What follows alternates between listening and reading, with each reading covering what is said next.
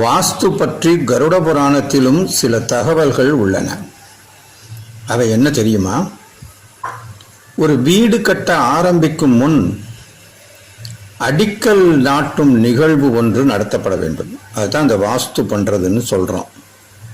அந்த நிகழ்வின் போது 32 தேவதைகளை வீடு அமைய இருக்கும் இடத்துக்கு வெளிப்பக்கம் வழிபட வேண்டும்.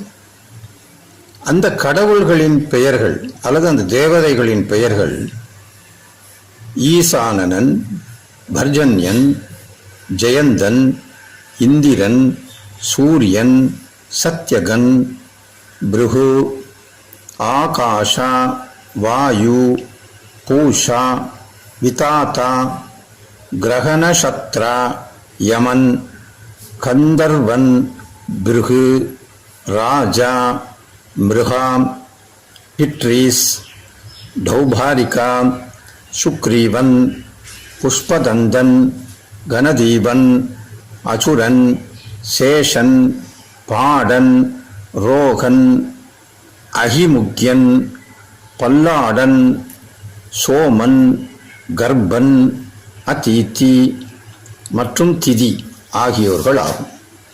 அதே போல வீட்டுக்குள்ளே வணங்கப்பட வேண்டிய 4 தேவதைகளின் பெயர்களையும் கருட புராணம் குறிப்பிடுகிறது. அவர்கள் ஆபா, சவித்திரன், ஜெயன், ருத்ரன் ஆகியோர். வீட்டின் வாசலில் சிறு கோயில் அமைதல் வேண்டும்.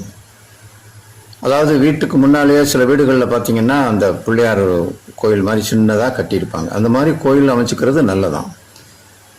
அது நாம் கிழக்கு முகமாக நின்று பூஜைகளை நடத்தும் விதத்தில் அந்த கோவில் அமைந்திருக்க வேண்டுமா. பொருட்கள் வைக்கும் அறை வீட்டின் வடக்கு பக்கத்தில் இருக்க வேண்டும். கிணறு, போர்வெல் போன்ற நீர்நிலை பகுதிகள் மேற்கு பக்கமும், விருந்தினர்கள் தங்கும் இடம் தெற்கு பக்கமும் அமைதல் வேண்டும். பொதுவாக ஒரு வீட்டில் 8 கதவுகள் அமைந்திருக்க வேண்டும் என்றும் கருட புராணம் தெளிவாக சொல்கிறது.